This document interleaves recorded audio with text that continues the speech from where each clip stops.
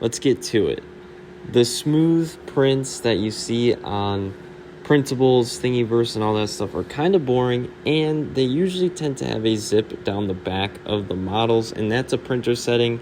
Even if you randomize it, it will still be there.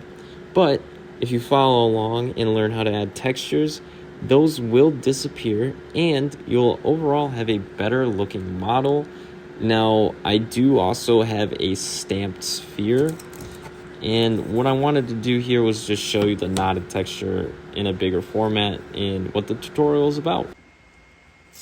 So now that we've made it to the iPad portion, you're going to want to have Nomad Sculpt to do this. And here's the ghosty that I was showing you guys earlier, and this has the rope knots on it that I added to it. And if you guys want to start this, what I would suggest is you go to your Safari, open printables.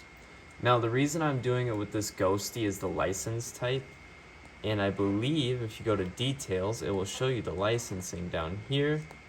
So the only thing I can't do it is share it without attribution. So here we go.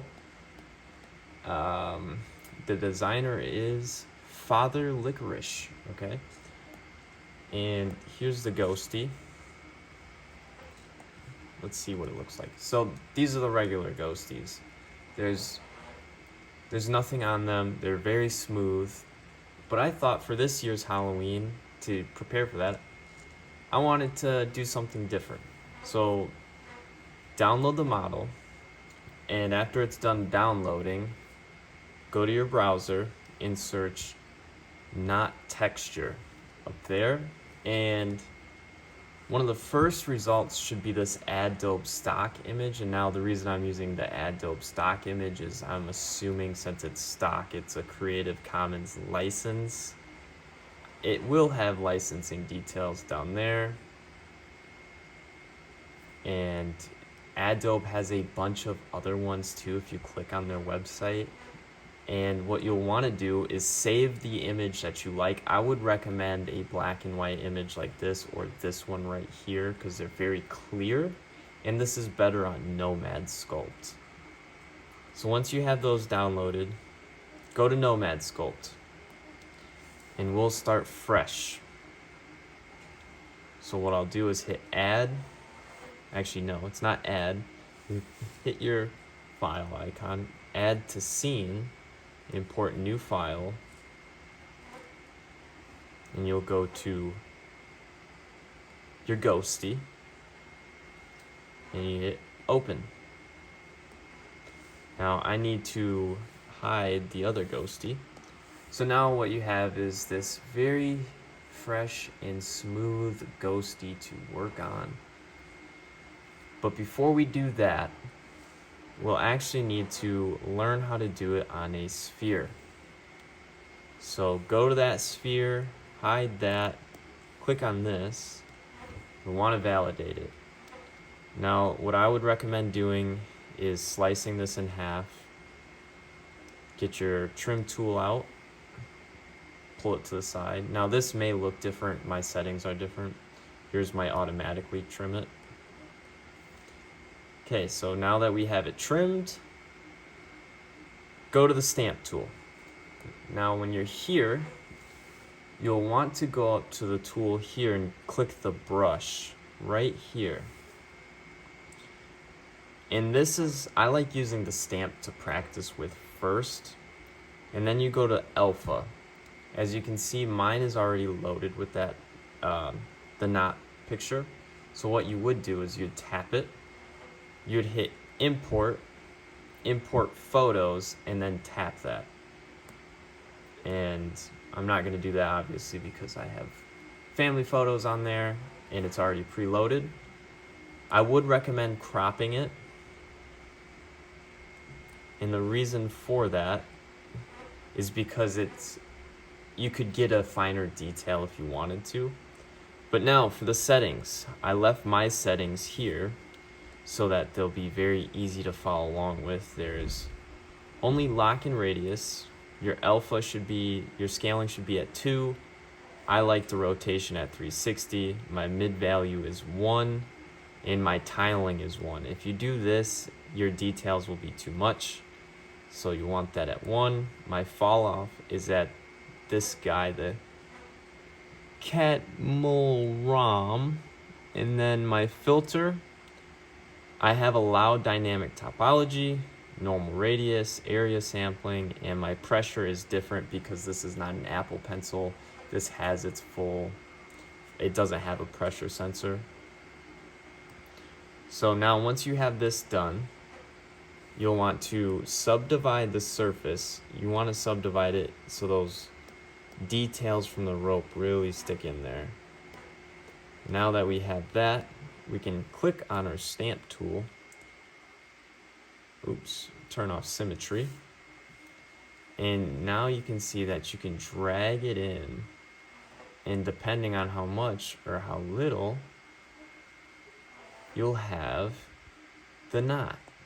And now that you have it like this, and you've practiced with the stamp tool, we can use the brush tool.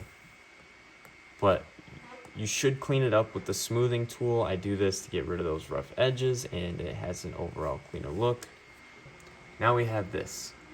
Now the stamp is too singular, meaning that you can only really do one good point with it. So what you'll do, as you can see here, I have a added brush, and this is how you add a brush, guys. You click brush, and then you hit clone, and then you're going to want to change this to knots if you're doing knots like I am. And you hit OK.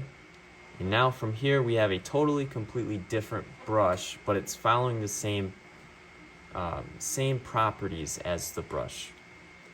Then we'll hit the little paintbrush icon up here again, and now we'll start doing the settings. Now I'm going to go back to my original one.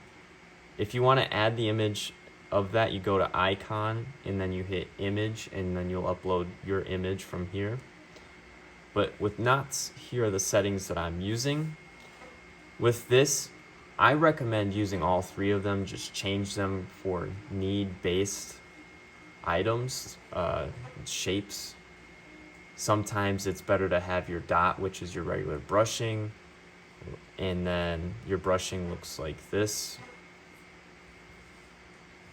Your lock and radius looks like the stamp tool. And then your lock and intensity looks really weird.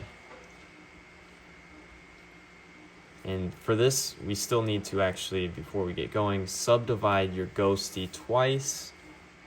Check it with the wire. You really need that high triangle poly count so we can capture the details. But here we go. We'll go to the paintbrush. We'll go to my settings. For the dot, I have my lazy rope on there, and that's for a reason. It's so when you're dragging, it's going a little bit slower than you, so you can really see the details. And then your stroke smoothing, that tells you here that it lags behind your pencil. And snap radius is very important if you're doing a detailed thing like this, and it's so that the patterns line up well, like you've seen on the other ghosty that I have. And for these, I don't have any of those on. For the alpha, this is the cropped picture, like I said earlier. You really want to crop it in your photo editor and then bring it in here. And my scaling is at 2. You really want it like that. As you can see, it'll actually show right here. And my mid value, bring that up to 1. And here's my tiling on repeat. My fall off, I'm using spline. This is important if you're using a brush pen. You don't want uneven layer heights with it. And then my filter, I have all these checked. I have my area sampling checked. And then the depth masking, this is important. You might want to change it depending on your model that you're trying to improve or add textures to. And what it will is it has an effect on here. If you don't have this, and you have this all the way down, so it's at 27%. If you do this, it means when you add the rope here, it won't go in the cavity, which are these eye slots. So you'll still be able to keep those details without adding a rope texture in there. I leave it at 27, 28, and that's so I can capture these and not lose it in there. If you have this all the way off, you won't be able to texture these because it goes off the height. So if you start from here and there's a dip below here and you have another surface here, it's only going to skip over there and it's not going to detail that inner circle. So 27% I found was a good medium for it to get everything and not lose everything. And from there, we're ready to do our ghosty. Now, symmetry worked best for me. All right, and first we actually have to mask this. If you don't want to worry about those cavity settings, use your mask, cover the face, cover the portions that you don't want to be painted on, and I think that looks great. Now you'll go to your brush. So this is an important step. When we start, you really want to make sure that your intensity is low and your symmetry should be on, and you want to try to keep it a singular motion. So I'm going to start here.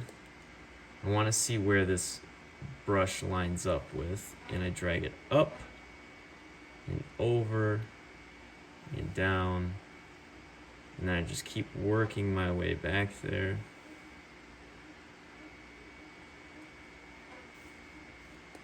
And then we'll do this again. You can turn your intensity down if you kind of missed an area. And it's important that you don't change this while doing that or zoom in or out. It will change it. If you zoom in, they get smaller. If you zoom out, they get really big. However, bigger does work better usually. So if I wanted to do that, we'll have a ghosty that looks a little bit different. So I think I'm gonna go zoomed out for this, just for the ease. And I think it might look better. And that's where symmetry should be turned off. I didn't do it. And then here, we'll turn off symmetry right here and try to get that.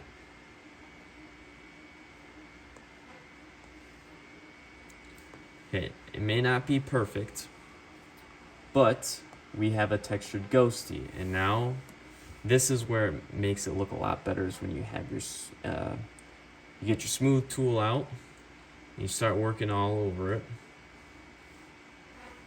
My intensity is a little bit way too high. It's kind of ruining those textures I put down.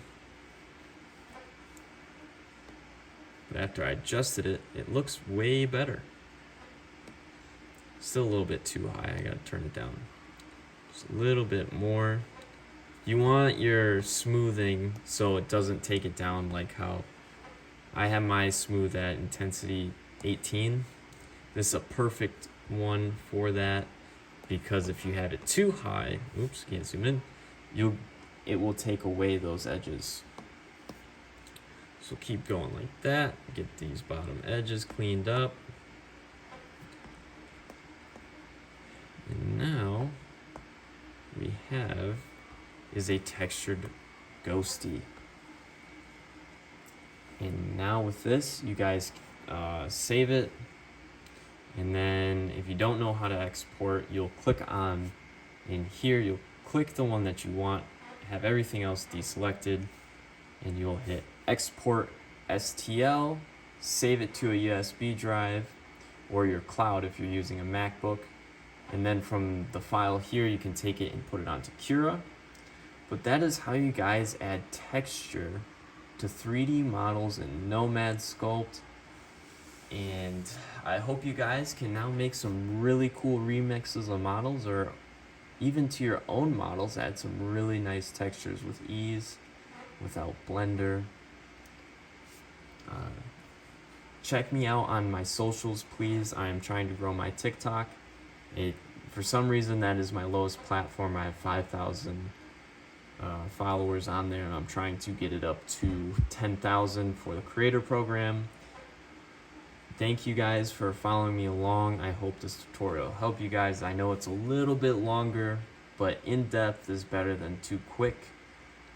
And yeah, if you like this video, check out some of my others. I have a Let's Build series starting now.